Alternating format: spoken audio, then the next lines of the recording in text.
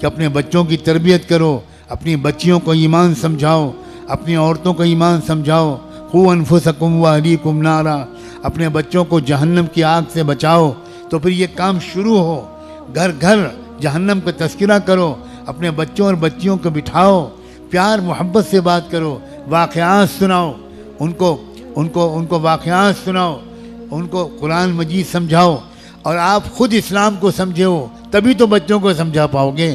مجھے یہ کہنے دو، خدا کرے کہ میری یہ بات غلط ہو، کہ آپ میں سے اکثر اسلام کو سمجھے ہوئے نہیں ہیں۔ کیوں بھائی، یہ بات صحیح ہے کہ نہیں؟ تو اسلام کو سمجھے ہوئے نہیں ہیں تو آپ چین سے کیسے بیٹھے ہوئے ہو؟ مجھے اس بات کا جواب دو۔ آپ سکون سے کیسے بیٹھے ہو؟ آپ کھانا کیسے کھا رہے ہو؟ سو کیسے رہے ہو؟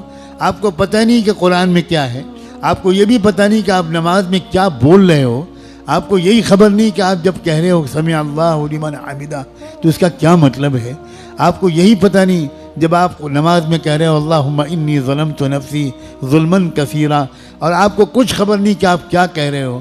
جب آپ کہہ رہے ہو ایاک نعبد و ایاک نستعین، آپ سمجھ ہی نہیں پا رہے ہو کہ کیا کہہ رہے ہو۔